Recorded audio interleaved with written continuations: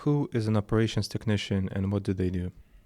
So for me, an operations technician is someone who works in master control, um, which is basically the control room that any live broadcasting television station is going to have that's running the content from day to day out of this control room. So as an operations technician, it's about managing the on-air events, every commercial spot, every taped program, every live event.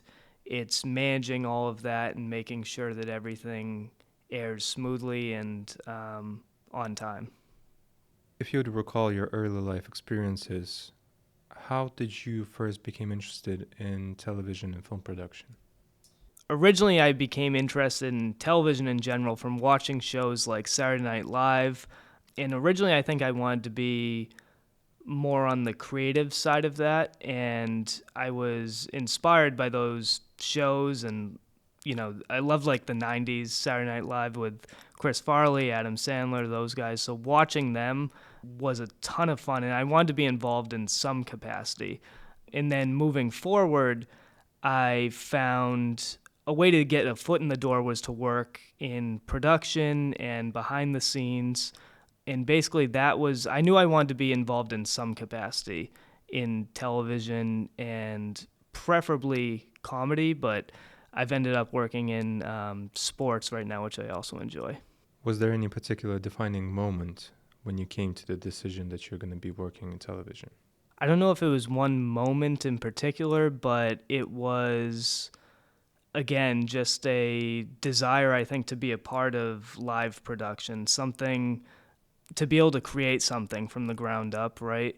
And I was always intrigued by how something gets made, right? So you're sitting at home watching it on your television on the couch, and I think it's interesting that there's so much work that goes in behind the scenes to be able to pull that together and to be able to bring it from like conception to what you see at home on your TV. And there's a ton going on behind the scenes that's always been very intriguing. But there is a difference between live broadcast and movie production. Why live broadcast? I think for me, I think live broadcast has always been more exciting just because it's different every time, right? And there's only one take. You can't go back and redo it. What you if a problem arises, if something comes up, you have to be able to navigate around that in real time. So there's no second chances. It's kind of you deal with what's going on right in front of you, and you have to be able to react quickly on your feet. And going in college, that's where I was working, was in like a studio television station. I got a lot of work there that sort of prepared me for what I'm doing now. You study communications at UMass Amherst with a focus on television and film production. How did this education prepare you for your career in broadcast operations? Yeah, so I went to UMass Amherst, got a bachelor's degree in communications, but really had a focus on the TV production side of things. The first couple of years, honestly, the first 2 years was a lot of basic communication courses that, might help if you go into marketing or sales or different avenues of that. It's a very broad degree. But fortunately enough, like my junior and senior year, I was able to get some hands-on experience within the television studio.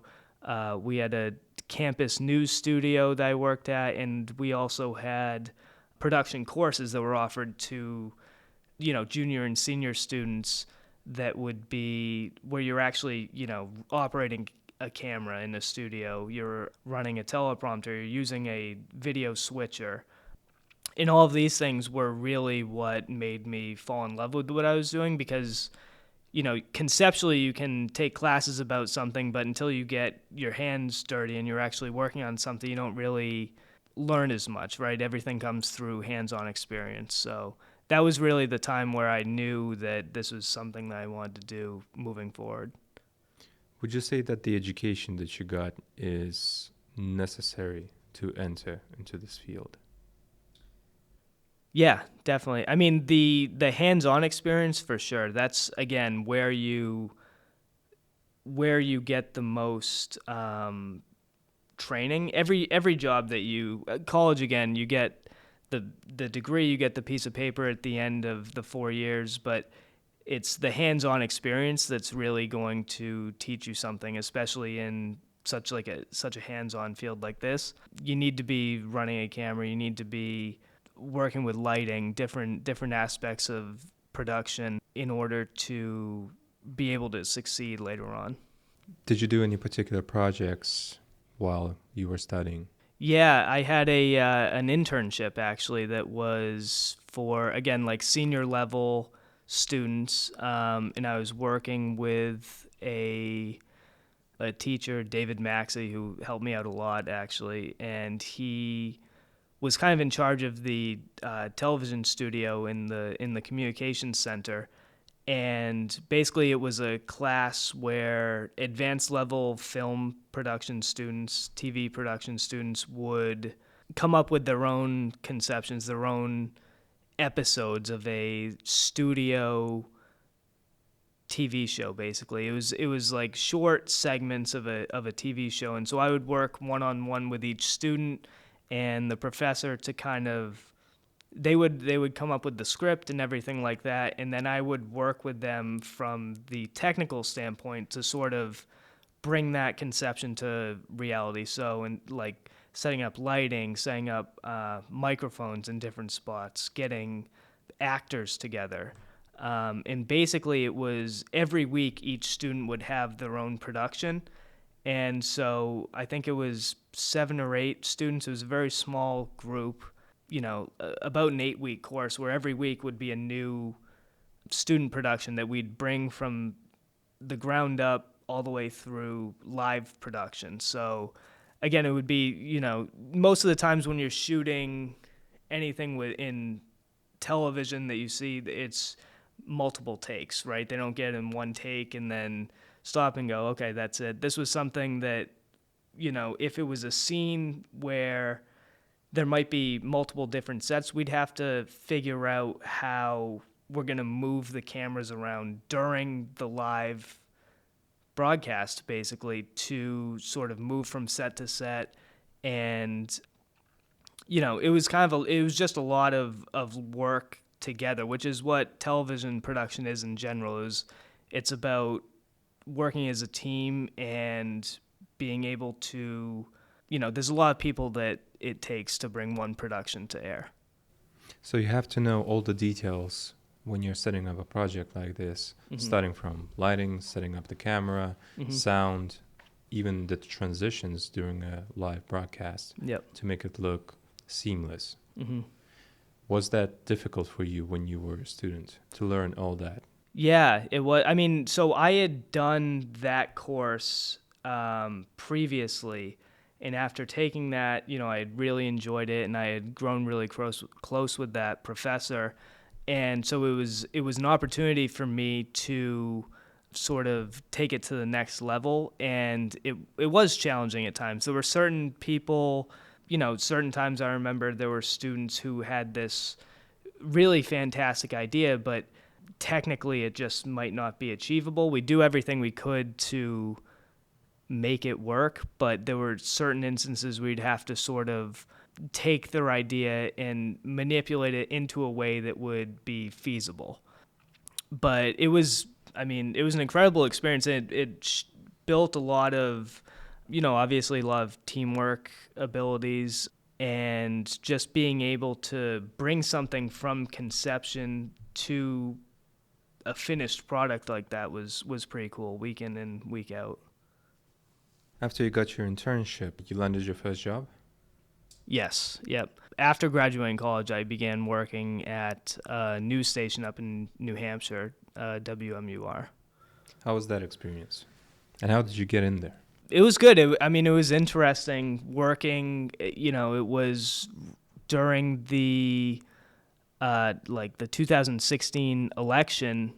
So we actually had, candidates coming in for interviews and stuff like that. That was really cool. I met Gary Johnson was one of them that came in, the guy that like faked a heart attack. I don't know if you saw that interview, but yeah, it was a really cool experience because it was, it's the number one news station up in New Hampshire. Lots of people watch it. It was definitely gave me like got my foot in the door basically to where I am now. It was a great first job out of college in the television industry.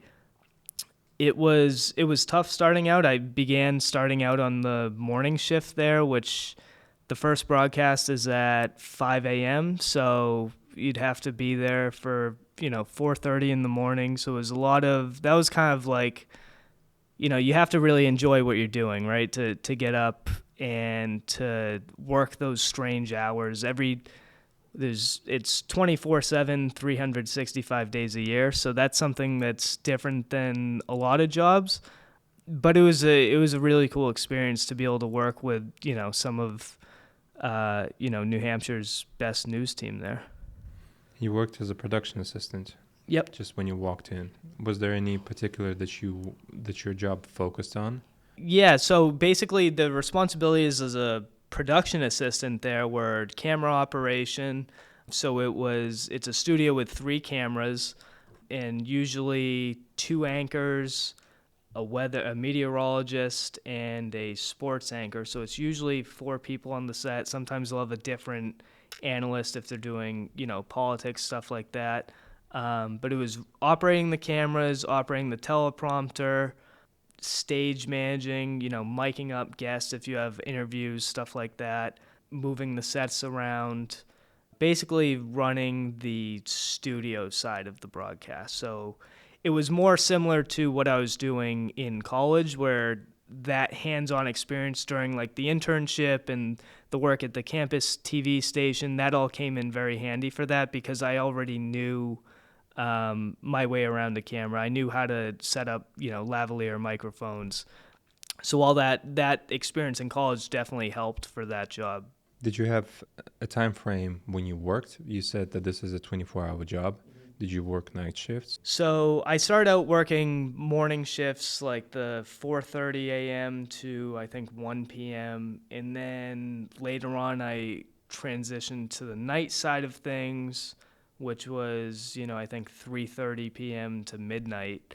So those were the 2 main shifts that you have as like a production assistant, or if you're working from a technical aspect. It depends on when the broadcasts are happening, right? So for news, it's pretty formulaic. You have the morning shows, usually 5 a.m. through 7 a.m. typically. They do 4 half-hour broadcasts, and then for the night shows you have 5 p.m., 5:30, 6 o'clock, and then a 10 and 11. And so it was difficult, like, with the schedules. But again, if it's something that you enjoy, it kind of makes it worth it. What was the first problematic situation you had at this job? I mean, there's the thing with working in live television is things are always going wrong, right? There's things that are completely that you a lot of it is setting yourself up for success, right? So it's a lot of work prior to the broadcast, getting stuff ready, making sure certain things are in order to set yourself up for success. And even then, things can still go off the rails sometimes. I remember early on there was a time when one of the anchor's microphones died, like while we're on air. So I had to run from the studio back to the audio booth to find a new microphone. And, during that time, like they were literally like reading a news story on air. The other anchor had to, think on their feet, take over the rest of the story. And then until basically I could run out, get the backup microphone that they had, run out there, put it on, hook it up, and then they were able to continue, after that. But those are things that, you don't you can't really account for or plan for, I guess. So things like that happen all the time where things just pop up out of nowhere, and then you have to be able to react quickly and think on your feet, right? So that's a huge part of live television in particular, is just being able to react to certain situations, certain things going, that you didn't really plan for, being able to react to that and problem solve on your feet. How do you signal that there's a problem like that to the anchors that are working? Well, usually in that instance, the director knew right away, right? Because you lose the mic, you can, they're still talking, you can still kind of hear them because the other anchor's microphone is picking up what they're saying, but it sounds softer and further away. So usually that's the first alert. Them, the audio person is obviously aware once something like that happens. And then it's basically, you're during a broadcast like that, if you're working in the studio, you're going to have a headset on where you're listening to the director, and they're sort of feeding you the information you need. They're letting you know what the upcoming shots are, what's on the docket next, so sort of preparing you. So they're giving you commands. Sometimes, yeah. You also, for news at least, at WMUR, we also had these shot sheets, we called them, that would show you, it would be a big rundown of what's going on in that segment, right? So it would show you, okay, here's the story that they're talking about, this is the camera shot we need, this is the set that they're going to be on. So you'd have, for example, like both anchors, it's going to be a 2-shot at the desk, right? And then you're going to have, after that, there's a video package, there's a sound bite, and then after that, there's going to be a shot at the weather, right? The meteorologist comes in later on in that segment or whatever. So you kind of have like a blueprint going into each show where you can kind of predict what's going to be going on. So that's a lot of the stuff that, like, for example, like prior to a broadcast, it's a very good idea to familiarize yourself with that shot sheet and kind of be able to figure out what you're going to need to do before it actually happens, right? To be as prepared as you can be. Obviously, like a microphone dying mid-broadcast is something you're going to have to respond to, but for the most part, like, you'll have kind of a basic blueprint if you're working in the studio like that, where you can sort of prepare for what's coming up next and, get ahead, I guess. You have the breakdown of the program, what's going to come up. You have a lot of people interconnected working at the same time on the broadcast live. When something goes wrong, who's the first person to respond? It's usually multiple people at the same time. When something goes wrong, there's usually a lot of people aware. It's really about knowing what to do once that situation occurs, right? The directors usually, they're the sort of the people running, they're directing, right? It's in the name. They're directing the show. They're sort of in command during a live broadcast, really. They're steering the ship, so to speak. So a lot of it is, you have to be, if you notice something going wrong, obviously you have to be correct, but usually there's multiple people that recognize it, and then, you just have to react as quickly as possible and figure out what the solution is. Is there like a protocol for types of problems that you follow, or is it like an intuitive thing and you start acting on your own? Once you work in television production long enough, you see a lot of, and there's always something new. That's the thing. There's always new problems that are arising. You can work in television for 15 years and there's still going to be a new issue that arises. But after a while of, once you have the experience and you've been doing it long enough, you start to see, okay, this is how, or you even if you don't know how to respond properly the first time it happens, then the next time it happens, hopefully you'll be prepared after taking note of what went wrong. Like, okay, this is how we should have handled that.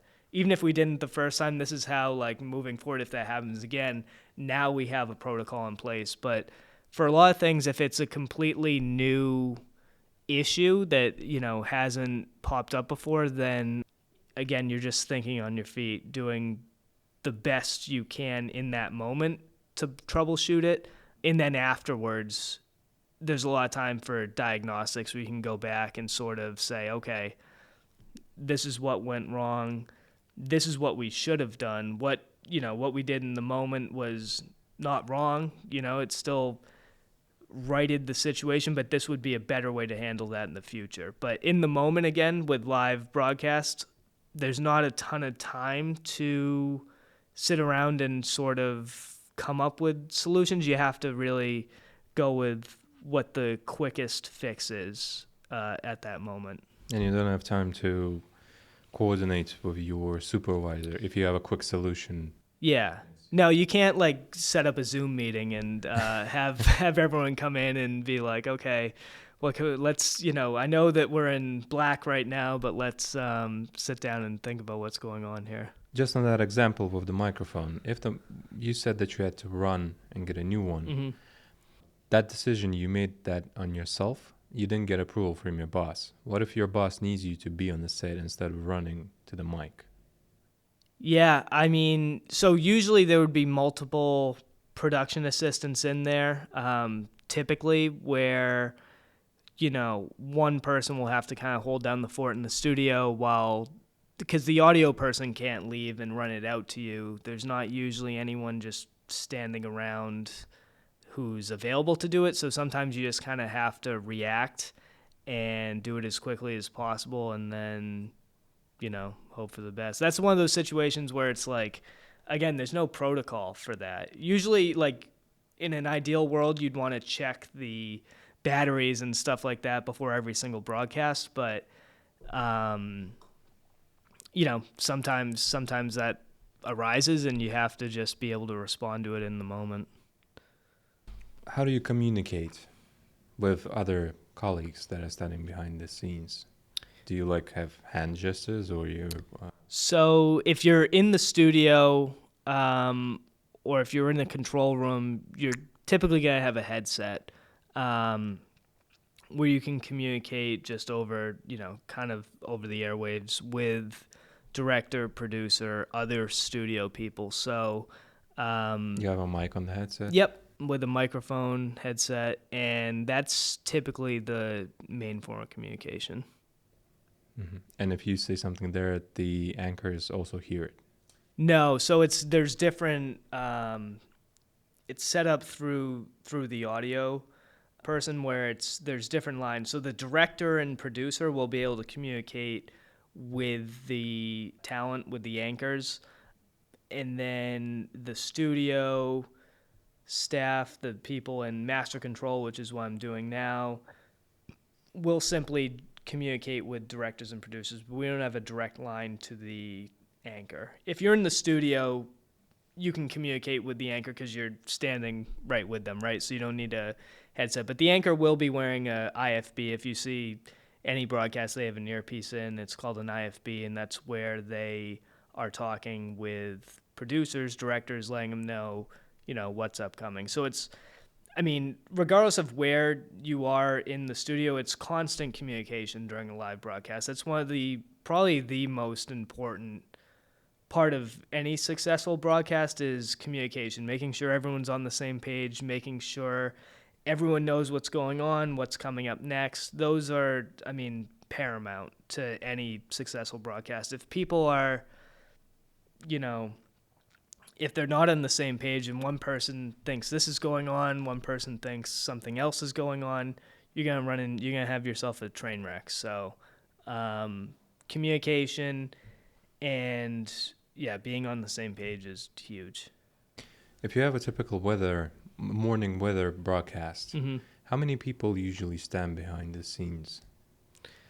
A typical news broadcast? Yeah. So between the directors, producers, audio, engineering, studio staff, I mean, it's at least for even just a half hour broadcast, there's at least 6 or 7 people from the technical standpoint, like working on the broadcast. There's at least 7 people who are on that. And then there's a multitude of other people who are, editors, writers, producers, those, that side of things where you're cutting video and making video packages, stuff like that, editing sound.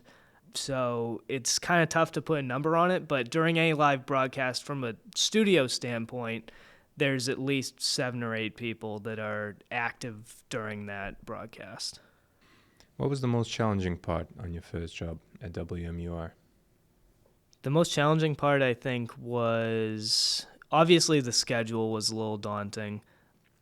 But in terms of the actual workflow, again, it was the first job out of college, right? So like any job, it's mostly going to be hands-on experience, right? You learn how to operate a camera in college.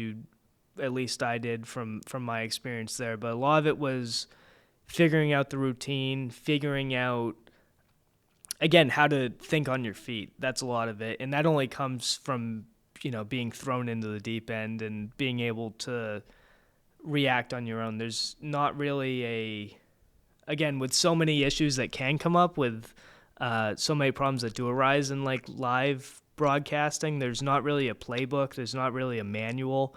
So I guess just being able to respond quickly on your feet, confidently, even if it's the wrong decision, you have to do something, right? You have to be able to, like, again, you can diagnose it later on, but you have to be able to react. You can't just freeze. You can't sit there and like wait for someone else to run in because it's on you now, right? So it is a lot of pressure, I guess. Especially like first job out of college while I'm doing a news show that if I make a mistake, there's thousands of people are going to see that, right? So that's adjusting to that level of pressure, I guess, was a challenge at first. But then after a while, you don't even think about it anymore. You just become used to it. So it's part of the job. Do you look down at movie production like as a very simple thing? No. Comparing to live broadcast? No, it's definitely a whole different animal. It's something that I don't have a ton of experience in, but it's just a different aspect, right? Because you do have redos, right? You have, if you mess something up, you can go back and say, okay, I want it done this way. In fact, they do it hundreds of times for one scene, something like that.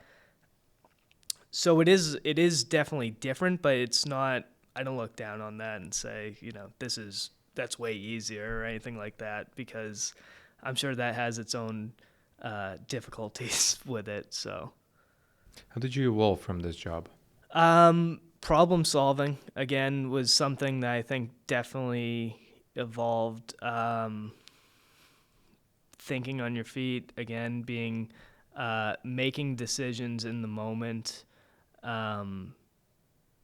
improvising. Those are all things that kind of come just from doing the job, right? It's not really, again, it's not something that you're really taught explicitly, but once you do it long enough, those are skills that develop and evolve just through exposure.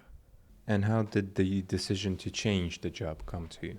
Basically, when I was starting out at WMUR, I was working there in a part-time capacity, and shortly after that, I also got a freelancing job. So it was basically like out of college. There was the first 6 months out of college, I was working at WMUR exclusively. And then I applied for a job at NESN, which is the New England Sports Network that does the broadcast of Red Sox and Bruins games. And I got a freelance position there. So I was basically starting out, I was splitting time between WMUR and NESN, sort of like building my schedule between the two jobs. So I was working, sometimes 40 hours, sometimes 50 hours, sometimes 30 hours between the two jobs, just picking up shifts wherever I could. And I was working as a studio technician at NESN, but it was basically, it might be a different title, but it's similar to the production assistant role that I had at WMUR as operating camera. It was slightly different because we weren't always in a studio with NESN. Sometimes we'd be at Fenway Park or the TD Garden, doing basically Red Sox and Bruins pregame and postgame shows. So it was basically splitting time between the two, and then eventually, working in Boston, working at the New England Sports Network, it was a bit more lucrative. So eventually I was transitioned to basically doing full-time NESN. And then eventually I moved into a operations technician role, which is where I'm at now, which is kind of separate from where I started in the studio side of things, working in the studio, running the cameras, and now this is working mostly in master control, which is something different that I didn't really get any experience with in college, that, again, was pretty much all on-the-job training. Can we linger on this more? What is the hierarchy of management in this field of television broadcasting? Mm-hmm. So it's kind of difficult to come up with a explicit hierarchy. I would say that the director is the one that's running the show, basically, right? They're the ones sort of steering the ship, determining, which cameras to take, what videos to play, stuff like that. But it's really sort of like you can't do any broadcast without a full team working, So everyone's kind of on a even playing field. There's not really.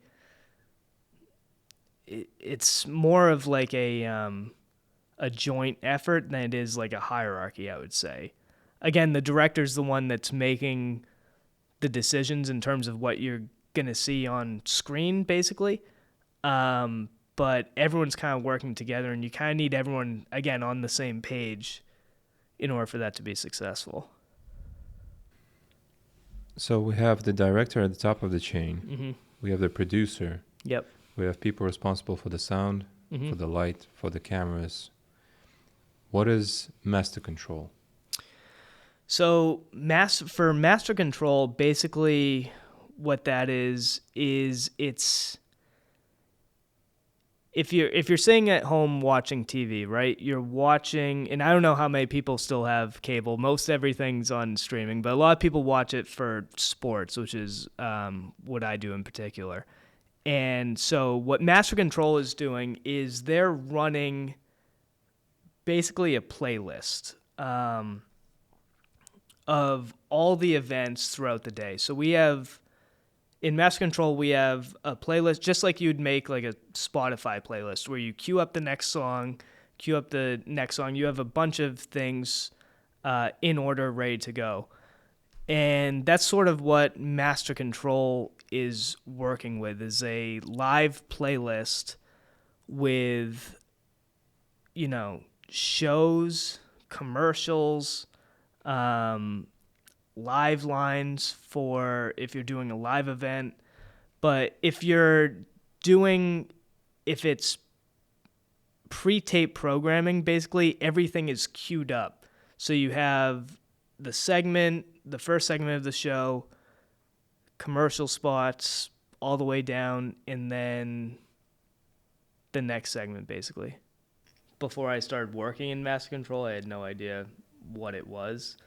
So, yeah, Master Control is just something every television network has, right? It's a curated list of events throughout the day, whether it be commercial spots or programming. It's basically a live playlist. That's the best way to describe it. I think So that's, yeah. it's not like a dedicated team of people doing something specific, and it's not a special place that is called master control.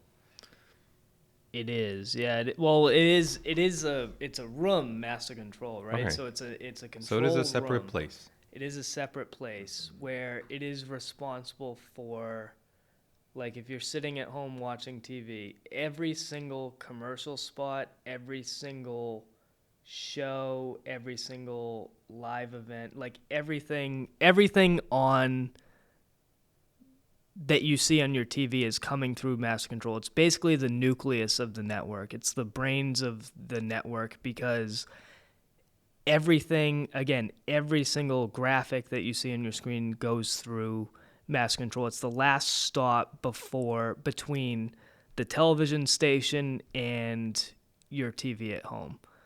So basically, master control is the one who's holding the plug. Essentially, yeah. Yeah.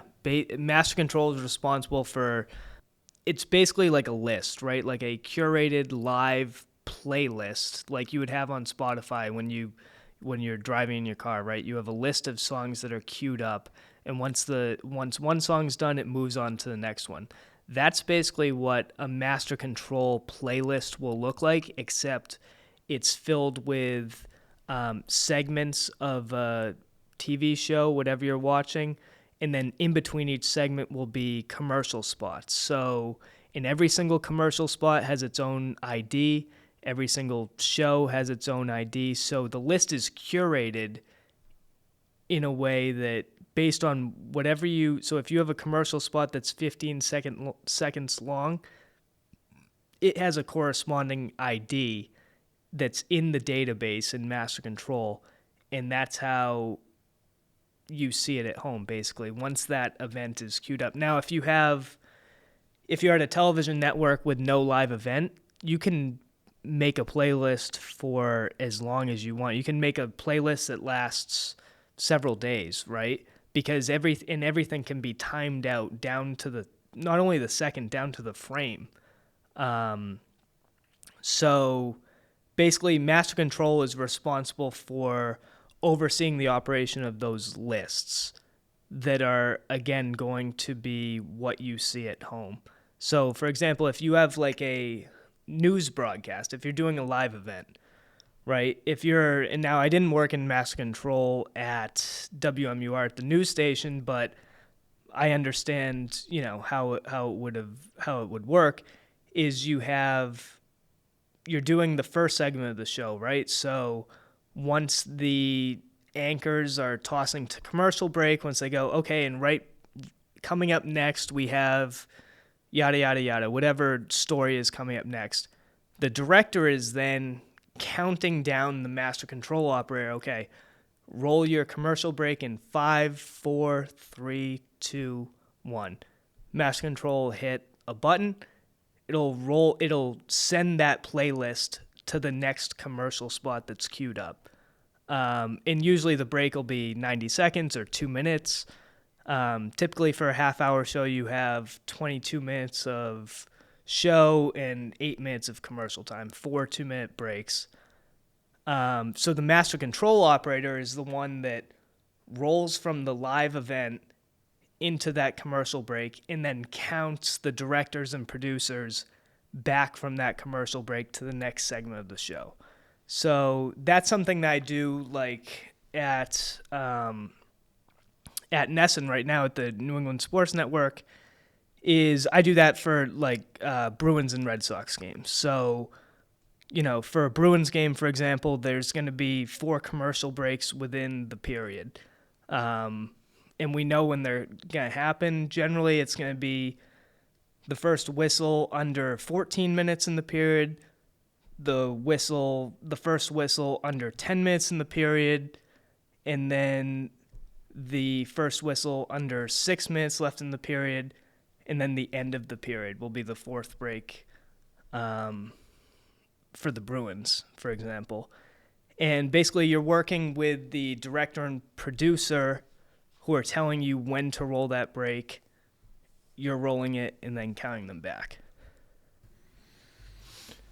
If that makes sense. The picture, yeah, that makes sense. If that makes sense. I know it's kind of like it's a tough thing to explain. And again, before I started working in Master Control, it was when I was working exclusively in the studio, Master Control was like a room I walked by and I don't really know what's going on in there. But an opportunity came up where there was a full-time position available in Master Control. So, I had an in from working at the network already, and it was, a good opportunity to like sort of transition a little bit. But that's something that Master Control is not something that you're going to learn in college. There's no real way to train unless you're, start doing it, right? Hands-on.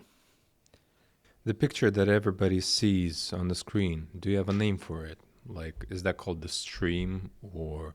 We call it like program.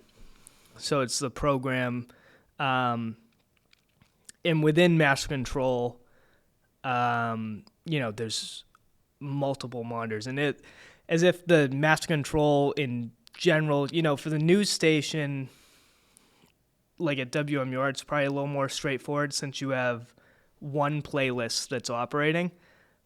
For NESN, it's the New England Sports Network, so you're broadcasting to all of New England. So we have multiple playlists that are active at once. So basically what that means is like if you're watching the Bruins or Red Sox in Providence, Rhode Island, you're going to see different commercial spots than you would if you're watching in Boston, right? So we have basically 4 playlists.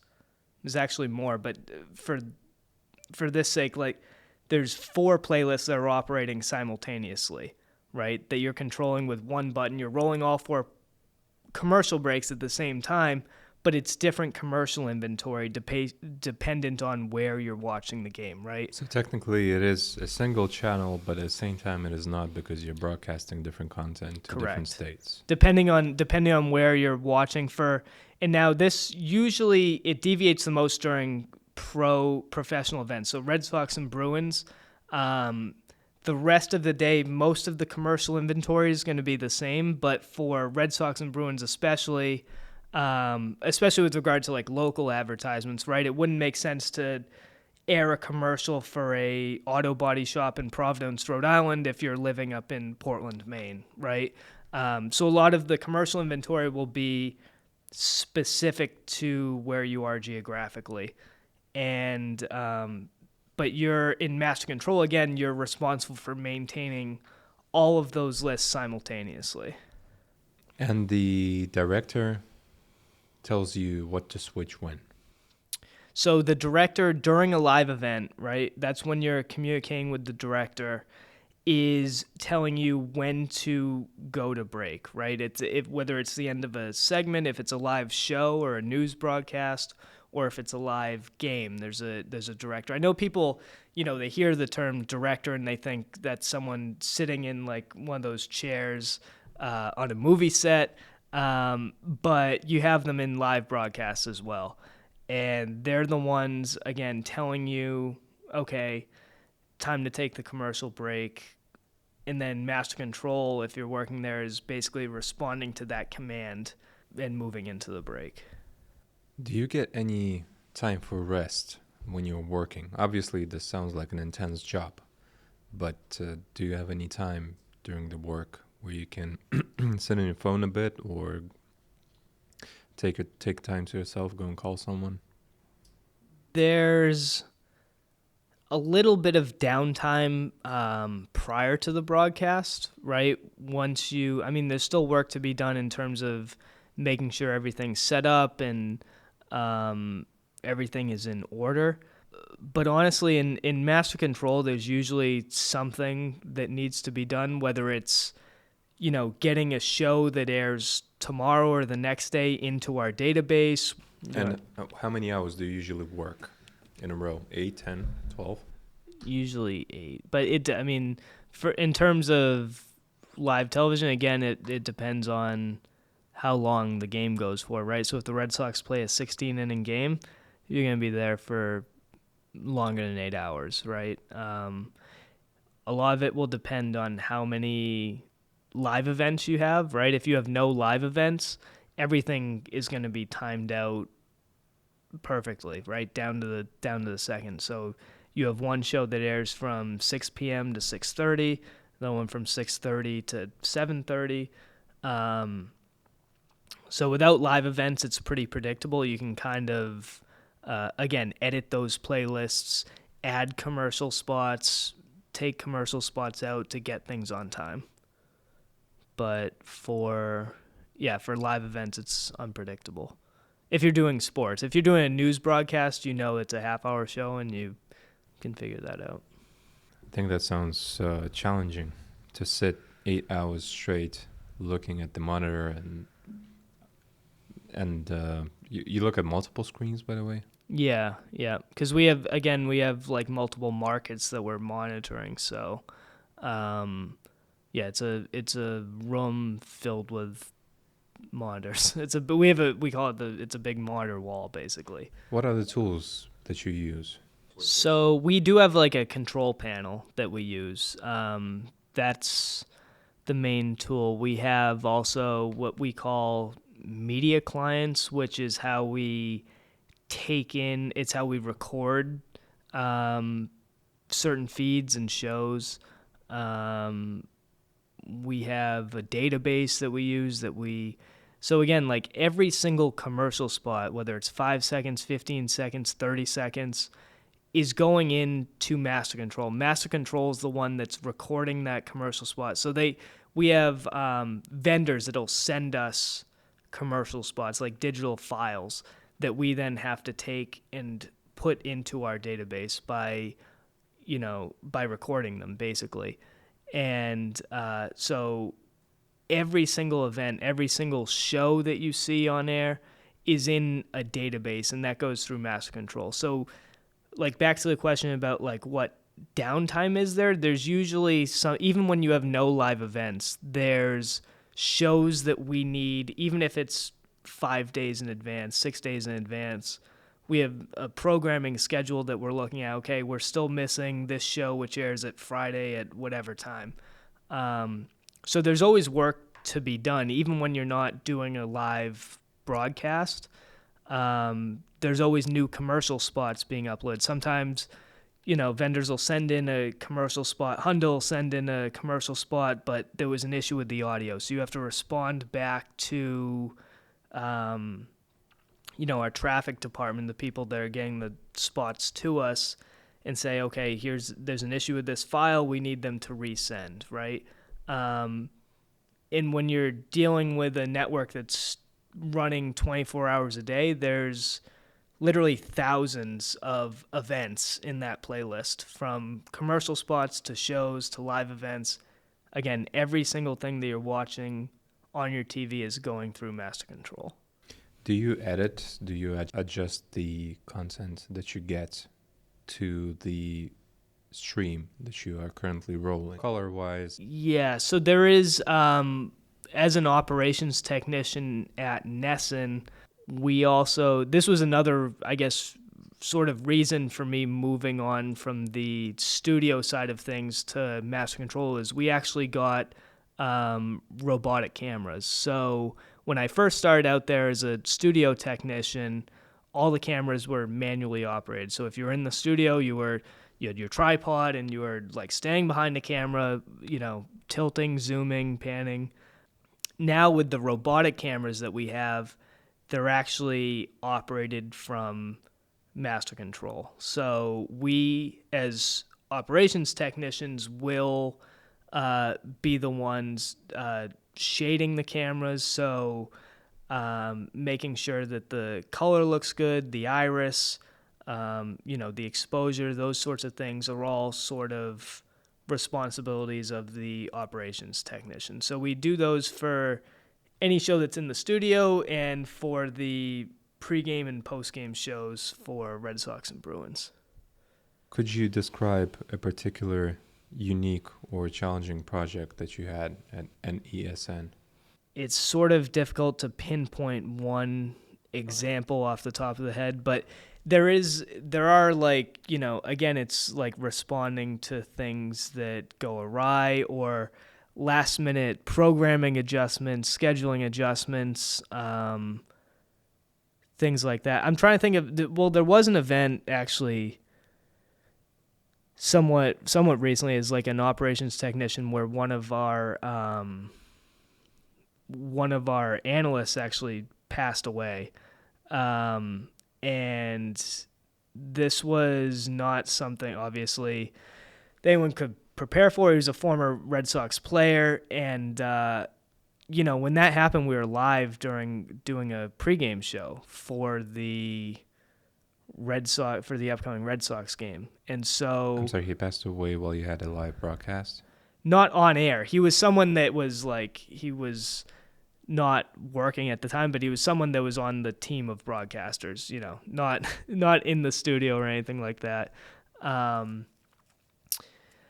But it was something where, like, from a master control standpoint, it changed the rest of the programming for the rest of the day, right? So this tragic event has happened, and we have to now change the programming based on, like, in memoriam, different bugs that we had to make, like different graphics and stuff like that. We had to get rid of certain commercial spots that, that person was on. We had to basically realign the entire programming schedule for that day based on this event. That's something that you can't prepare for at all, obviously. And so that was a challenge because we were live on air when the news came. So you had to respond. Everyone was scrambling at that moment, from programming directors, from, producers. Everyone was sort of like, okay, what do we do now? What do we do next? Obviously we had a Red Sox game that we were doing, so we broadcasted that, but then there were a lot of changes that had to be made after the fact for, after the post-game show and stuff like that to navigate around that. How do you usually start your working day? Communication helps, right? So we have a morning operator who is in there preparing the lists for the day, bringing in new commercial spots that we're missing, bringing in new shows that we might still be missing. And basically, he'll send an email before he leaves. Typically, there's a bit of an overlap where I'm coming in before, as he's leaving or something, but there'll be an email saying, okay, this is what we have on the docket for the day. So even before I get into work, usually I'll check out that email to see, okay, what shows do we have that we need to record? What commercial spots are we missing? What are the live events coming up for the day? So a lot of it is just basically preparing for the upcoming shift. That's really the first thing that I do, is look and see, okay, what do we have going on? And then I'll sort of make my own list of, okay, this is when I need to do this, then comes that. So it's about ordering and organizing the day in front of you.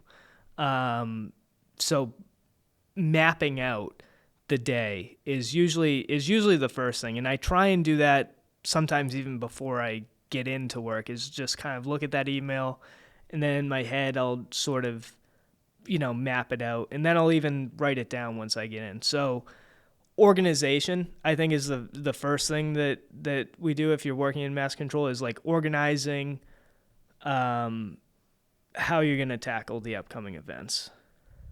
Do you have a blueprint of procedures that you usually follow when you begin your day after you checked your email? Mm-hmm. Do you do some technical preparations, or you jump into the workflow? It's something that I think varies from day to day depending on the events, right? If we have like a live broadcast, a Bruins or Red Sox broadcast, it'll sort of start out with going over inventory, making sure that all the breaks, the commercial breaks, are the lengths that they're supposed to be. Making sure that we have all the commercial spots. There are some times when, we have a vendor who's like, okay, they're sending a new or a revised version of this commercial spot. If you don't get it by this time, because it airs during the pregame show or something, if you don't get it by this time, replace it with a promo or something, some other ad that we have, other commercial spot that we have. So a lot of it is just general housekeeping like that, making sure that you set yourself up for success going into the broadcast. And when the live broadcast begins, what are your main responsibilities? Communicating with the directors and producers mostly, rolling the commercial breaks, counting the producers and directors back from the commercial breaks. So you count? Yes. So the director will count you into the commercial break, right? So they'll say, okay, roll your commercial break, roll the break in 3, 2, 1. I roll it, and then I'm taking over the counting. Then I'm going, okay, you guys are clear for 2 minutes, right? And then I'm giving them, back in 90 seconds, back in a minute, 45, 30, 20, 15, and then from 10 to 1, counting them back. And the director tells you which camera you should switch to? So the director's actually in charge of switching the cameras in their control room. Even if I'm operating the camera, right? So if I'm doing camera operation that day, which is separate from, it's still the role of an operations technician, but if you're working in master control, you're not doing the camera operation, if that makes sense. So the person that's counting back from commercial breaks is not also operating the camera. Those will be two separate operations technicians doing those jobs. But the director is in charge of actually taking each camera, putting each camera on the air. Master control is just sort of taking the output of their control room, putting that on the air, if that makes sense. What happens after live stream is over?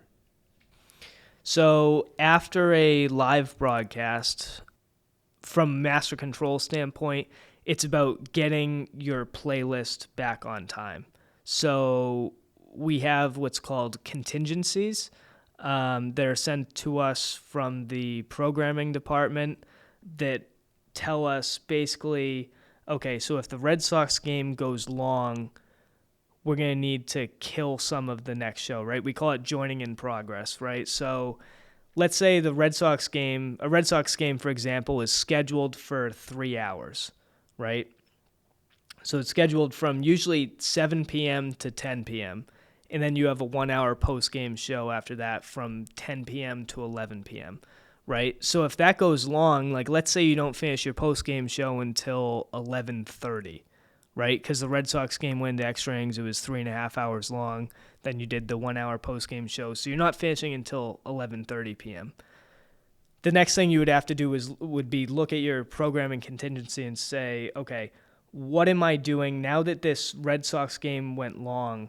How do I get back on time for 12 a.m., right? You usually want to try and get back on time for the next upcoming hour, whatever that is. So they'll say, okay, if the Red Sox game goes long, we need you to join in progress this next show, which means from my end, I would take like the first 2 segments or so, however long they were, and delete them from the playlist. And so we'd be joining that next show in progress to make it time out to the next half hour, if that makes sense. What if it is not possible to chop it up to make it fit in? What do you do in this case? Do you just cancel the show? If it's even longer like that, it'll say join in progress. If not, then delete it. Join in progress the next show. So you always need to get back on time at some point. It's up to the programming department to decide, okay, which show do we want to either delete or see less of, basically. And that's something that I'm taking orders from a different department, basically, who's coming up with that. So when you're done with your live broadcast, What do you do physically? Do you hand over your headphones with a microphone and everything to another person who takes your seat, or how does that happen? So yeah, it depends on which broadcast you're finishing, right? If you're working in the morning or early afternoon, there's other live events. Typically, you'll wait for the next person in to relieve you, and then that's when they kind of take over.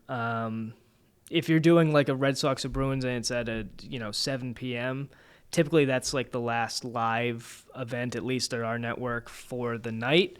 So basically then you're handing it over to the overnight operator who is coming in to basically get the next day's playlists already. So all the playlists in Mass Control, at least at our network, are from 5 a.m. to 5 a.m. So it's a 24-hour list, and each day they have to be, prepared for the next day's events. Is it hard to shuffle and change the videos for broadcast software-wise? Is it easy to do, or is there a lot of manual labor you have to for example, you have to sort the database and find the exact video that you're looking for, or is it already preloaded and you just click the button? Like, let's say it's a show, for example, right? That's something that hopefully we will already have in our database. If it's something that's coming up that day, typically anything that's airing the day of, we usually have the show the day before. Hopefully it's getting sent to us or it's being recorded. If it's something that we're doing internally, if it's one of our own shows, hopefully we'll have that done at least a day in advance, and they will, the editors will send us segments of that show that we will be able to clip and put into our database. Drag and drop. Basically, yeah. Basically, we mark it in, mark it out on the segment that they're sending us, give it its own ID, whatever we want to call it, and then put it into our playlist for the next day. So it's a lot of, and the same with like commercial spots. Everything has an ID. Everything has its own specific individual identification, and we're basically putting those into the playlists for the day. Yeah, I'm asking because I'm just wondering how it looks like to you during a live broadcast. Mm-hmm. Do you, in a fast pace, scroll through folders looking for, where is that video commercial I had to plug in, or is it better organized then? No, so that's something. So like during a live broadcast, for example, that's sort of a different department from what I'm doing in terms of if we're doing like a pregame show, for example, and they need a video that's, they have the analysts talking about a goal from the other night or whatever. That's a video that will already be ready to go and that's put in there by the editors. So that's kind of a separate thing from what I'm doing. That's something, again, that the director will be playing out. So I'm trying to think of, so like the director is the one that's sort of responsible for any like playback of videos and stuff like that. Master control is simply taking the director's control room, right? So everything that they're playing out is then going through master control. But we don't necessarily have control over what the directors are playing, if that makes sense. So if we get a good score and we want to see a slow-mo replay, how does that happen? And does that have anything to do with what you do? Not really what I do, but that's basically what we have is a EVS, a video operator who is recording on the game in real time, and they have a playback machine where they're taking like, the last goal, and they can put in slow motion, they're basically taking the game in real time, marking an in on that play that just happened, marking out, like making a clip of what's happening in real time, which is crazy to think about. and then they're turning that around within seconds, right? So then they're taking, okay, this is a goal that just happened. Let me rewind my game. So they have like a live feed of the game that they can rewind, pause, play, and that's basically what they're doing, is taking that feed and playing it back. And you don't see that goes through the producer and the director. Yes, that's something that goes through, like the director's control room has their own playback operator. And there's no countdown for it. So you're not warned about it, that we're going to have a replay upcoming in 3, 2, 1. Yes, usually there will be, right? Because they'll stick with the live feed long enough where the announcers are going, wow, what a great goal, whatever, and then like that'll give them time to basically rack the video and play it back. It's seconds, so again, it's live. It's purely right? seconds. Yeah, it's and literally they managed seconds. to cut it up. Yeah. Even from different angles. Mm-hmm. Yeah. And feed it into the live broadcast. Yeah. Yeah. There's multiple playback operators. That's what we call them. So they're taking each, like, they have several different channels that they're responsible for watching, and they're playing back their angle of it. Then they go to another channel, and it is amazing. It's one of those things that you don't really, as a viewer at home, it's not something you think about. You think, of course, oh yeah, there's the replay. It just happened to, we're so used to it now, right? But it is like there's many, many people behind the scenes that are making that happen. So there you are. You're sitting in the master control room, and you are a witness of Red Sox playing with the Yankees. Do you have a special feeling of being a part of something big when you are able to witness these events basically live? Yeah, I mean, it's pretty cool. I mean, especially growing up as like a huge Red Sox fan, big Bruins fan, living in Massachusetts my whole life, it's really cool to be able to work for the teams that I grew up watching, even the station that I grew up watching. So NESN was something that I used to watch, before school in the morning. We used to watch like the NESN Sports Desk, which was like a recap of last night's game or whatever. And so it is pretty cool. It's pretty surreal to be able to like work in that control room of a TV station that I used to watch growing up as a kid. So yeah, it's a cool feeling. Are there any specific challenges that you face during the live broadcasts of sport games, comparing to WMUR, just the news broadcast? Mm-hmm. As far as I've heard, you have problems with microphones, lights, whatever. Mm-hmm. What are the most challenging problems you can have with sports broadcasts? So they vary. I mean, we've had a multitude of issues from a technical standpoint. Really, it has to do with the live sources a lot of times, right? So it's if we're getting a bad feed from, we do, even outside of Red Sox and Bruins, we do, a lot of college games, college broadcasts, stuff like that. And sometimes like the video feed is not as great, so we have to transition to a backup. But those are really the most common problems in master control, is like a bad video, bad audio feed that we're getting from the source. And basically working with the engineering department to transition to a backup source. Usually you want to have at least one backup that you can go to just in case something goes off the rails, right? So it's being able, again, to think on your feet and move onto the next source that you need to put on air. Do you get power outages during sports broadcasts? Yeah, we have.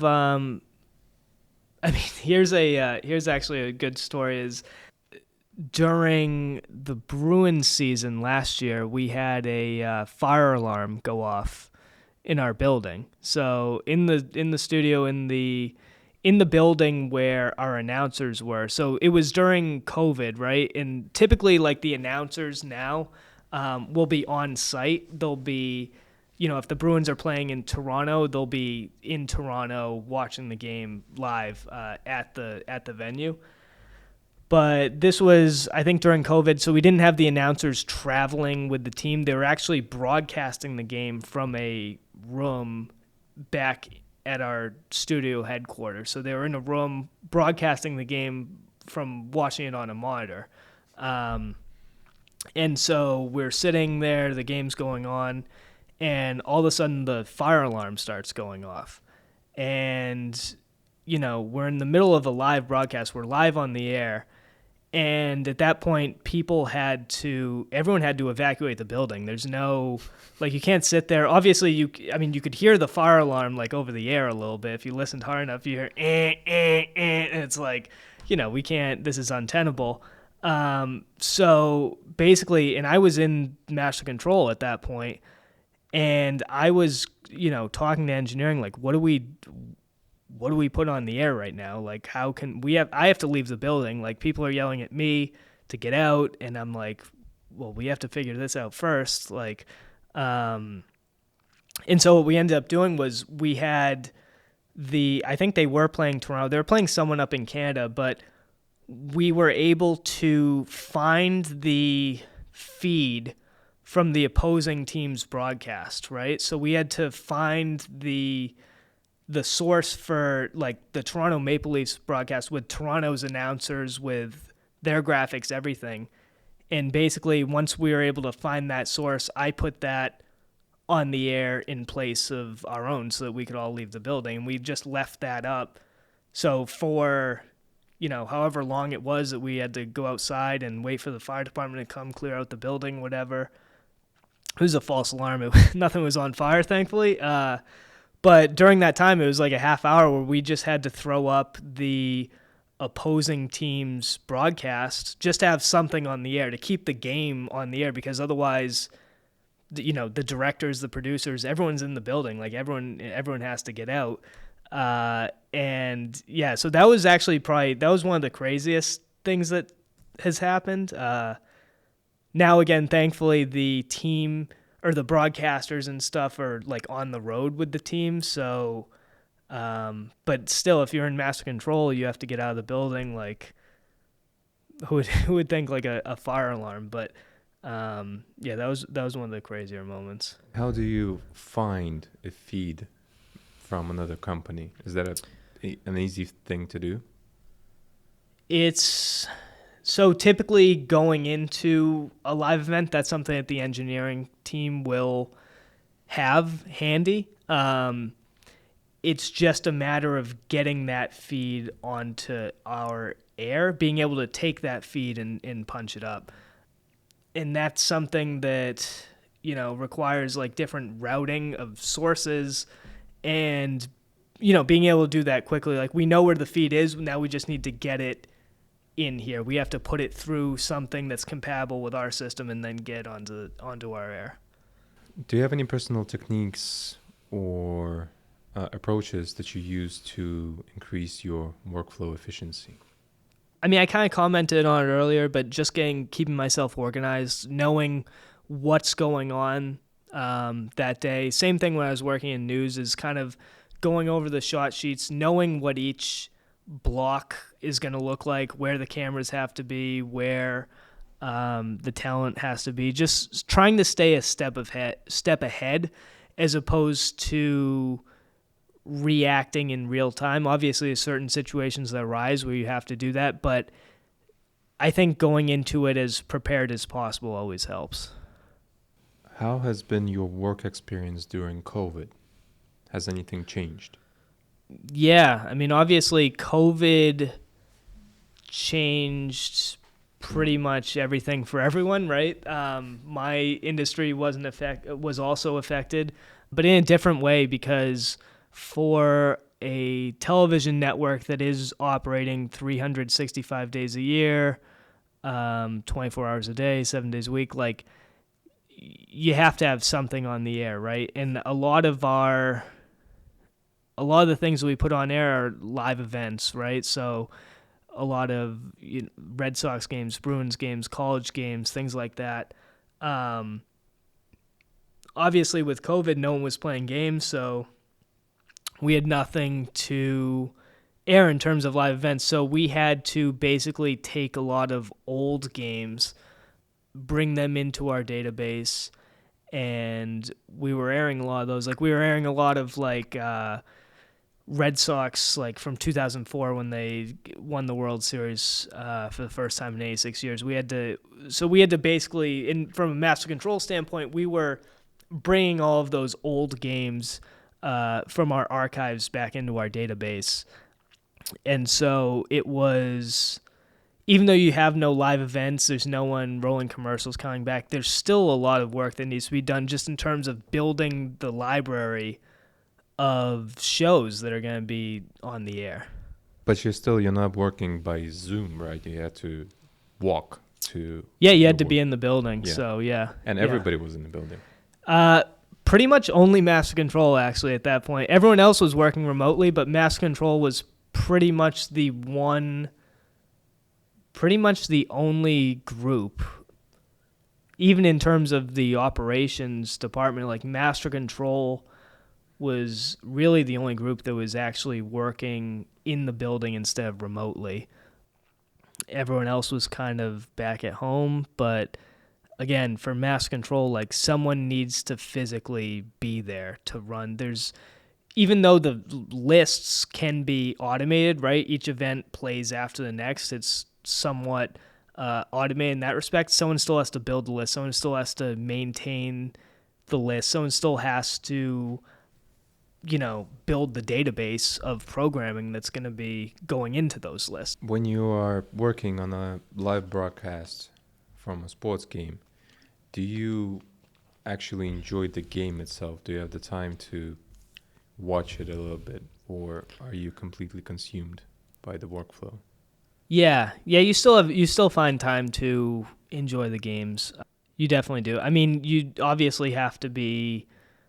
It's not like watching them at home where you can kick back with a beer on the couch and really enjoy it, but you still get to watch them, and you still enjoy them as much as you can. But you still have to be. You have to be alert, right? There's a sense of awareness that you have to bring to it. It's not so much a passive viewing of the game as it would be if you're not at work, but you can still enjoy it. What keeps you motivated? I think it's pretty easy just because, again, there's no monotony really, whereas there's no stagnation with it. Every day is different, even if it's it's the same teams playing, but it's a different broadcast, right? It's a different pregame show. It's a different game. It's a different postgame. It's even if there's no live events, it's a different day that's completely unique. As opposed to some other jobs that might be more formulaic, it's live. It's unpredictable. So I think the motivation comes from just trying to create the best on-air product that you can. And trying to do that as competently as possible. Would you say that you are addicted to the adrenaline that comes with this job?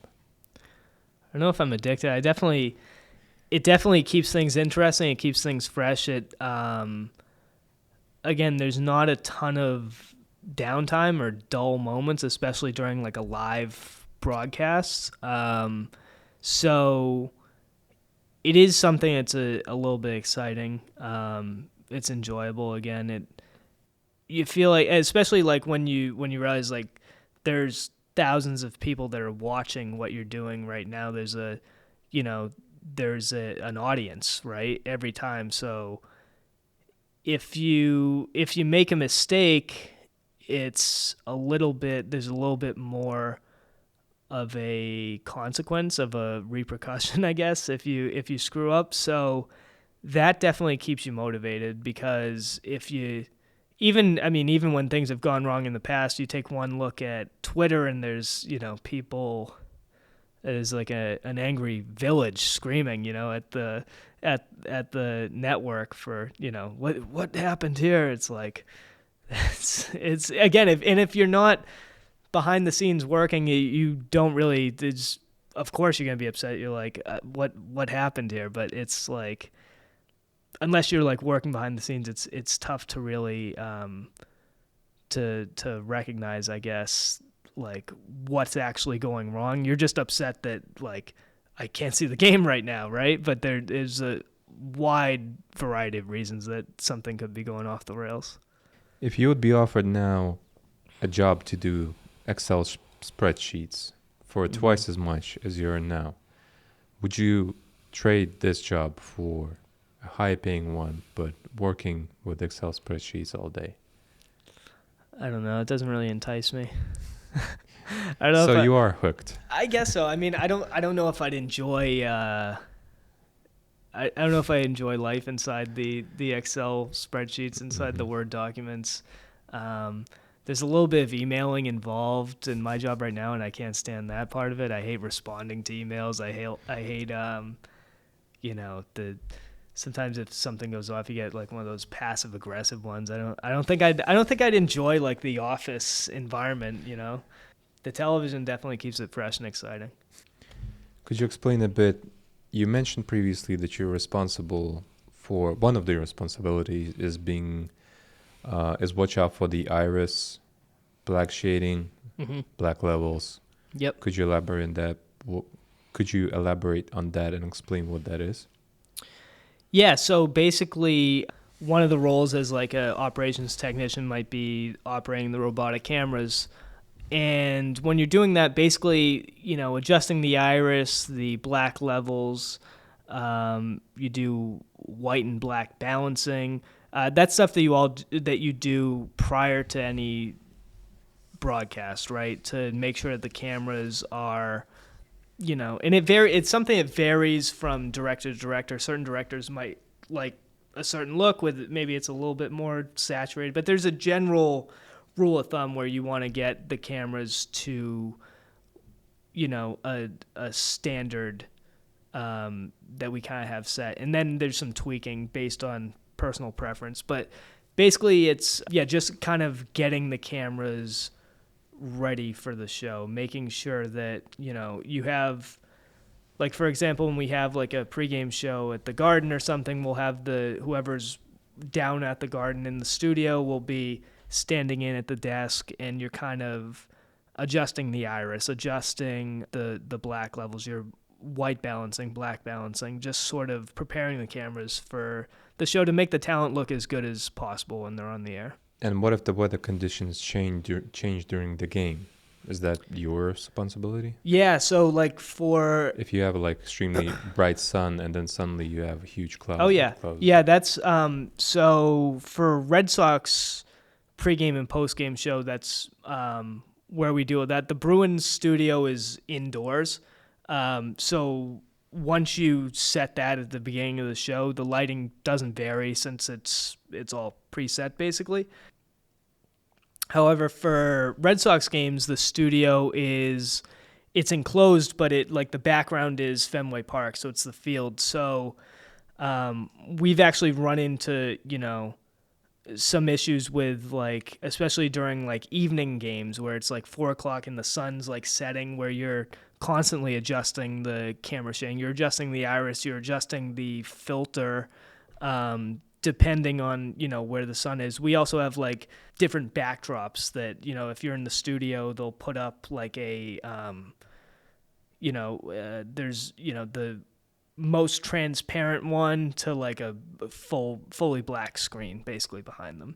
And, you know, you're sort of working with the director who's, you know, calling for these adjustments to be made.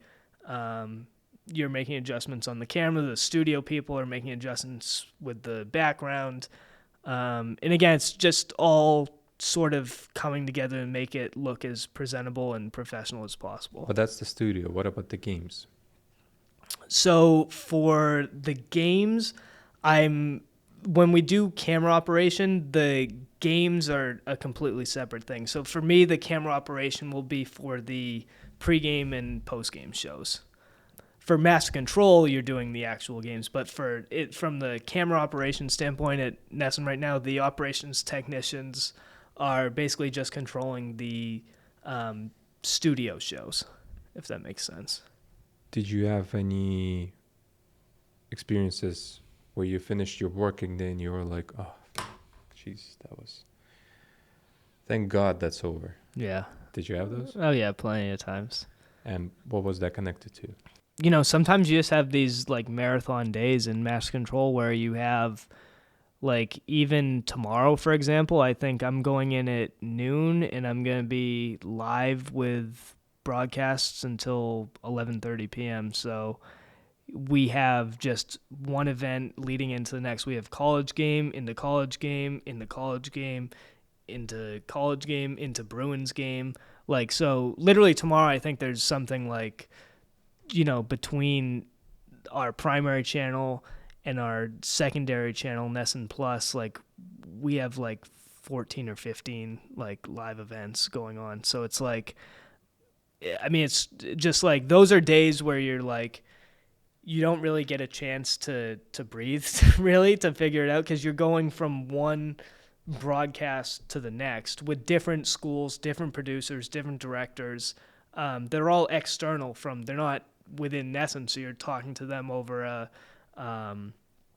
conference line basically, and they're the ones telling you to roll the brakes, but you have to get things on time, right? So if the game in front of you goes long, then you have to join the next game in progress, and you have to be in communication with the school that's on the air and the school that you're going to. So you're talking to, 2-3 different people at once, and, changing sources accordingly. So it's like, those are days when you have like multiple live events stacked in a row like that, where it can get pretty hectic and a little crazy. Yeah, that sounds heavy. Yeah. We have, a couple different operators. We have like 4 people tomorrow, kind of like, might relieve each other at certain points, but you're just live on the air for, 12 hours straight, basically. And you sit all the time. Yeah. Do you get any back pains from that? You get up and walk around. You go, someone will relieve you to take like a lunch break or something, hopefully. But yeah, it is. I'll stand up a lot of times too. When I'm there for long enough, I'll just stand up, kind of walk around, and in the control room, obviously you can't like leave the room and wander the hallways, but you can, stand up, stretch out a little bit, and like just, try and stay as focused as you can. What is the worst part for you in this job? Probably the schedule would be the toughest part. Just because of its inconsistency. It's not a Monday through Friday. It's not even the same days off necessarily from week to week. It's not the same start time, not the same end time. It's all with live events like this, at least in sports. With news, it was a little bit more formulaic, but with sports, you're basically at the mercy of the game, and from a scheduling standpoint, you're at the mercy of like, what events do we have for that day, right? Like, how many events do we have? What's going on? So you could be working, 2:30 to 11:30, and then the next day you have to be back at like 10 a.m., 9 a.m. Then you could have like an overnight shift or something. So it's the randomness of the schedule, the inconsistency with the schedule is probably the toughest part. And that's not really something you ever really get used to. I typically kind of have, for the most part, the same days off, but different hours each day can be tough. Looking back, what do you wish you knew before you started out or were prepared for? I guess it'd have to, again, with the inconsistency of the schedule, you're not, especially if you're just entering television, you're not going to be a rich person. Sometimes it does feel like the workload and the hours are not, the pay isn't representative of that. So that is one downside, I'd say, is the schedule can be very hectic. It's different hours. It's random hours. And I think that's something that being able to prepare for that a little better would have been nice. But that being said, I still do enjoy the work itself. And again, not being sitting under fluorescent lights at a desk all day is helpful. If you have a next step of your career growth, what would that be? What would be the next stage after an operations technician? So there are different levels within operation technician. There's, I'm currently at the second level, Out of 4, I believe. So pretty much mid-level. Then you have like senior and then lead. I guess it's basically working your way up those ranks, or even transitioning to another aspect of production if that opens up again. So I've moved from doing work in the studio to master control and even right now I've been learning some editing as well. So I guess just exploring the options and keep progressing, keep learning. There's always new things to learn. So keep growing as an operator, and take any opportunity that you can get. For those interested in a career in television broadcasting, what advice would you give? I would say the when you're first starting out, it is a bit of a grind. The hours are tough. It's a difficult adjustment. It's a lot of weekends, late nights, strange hours.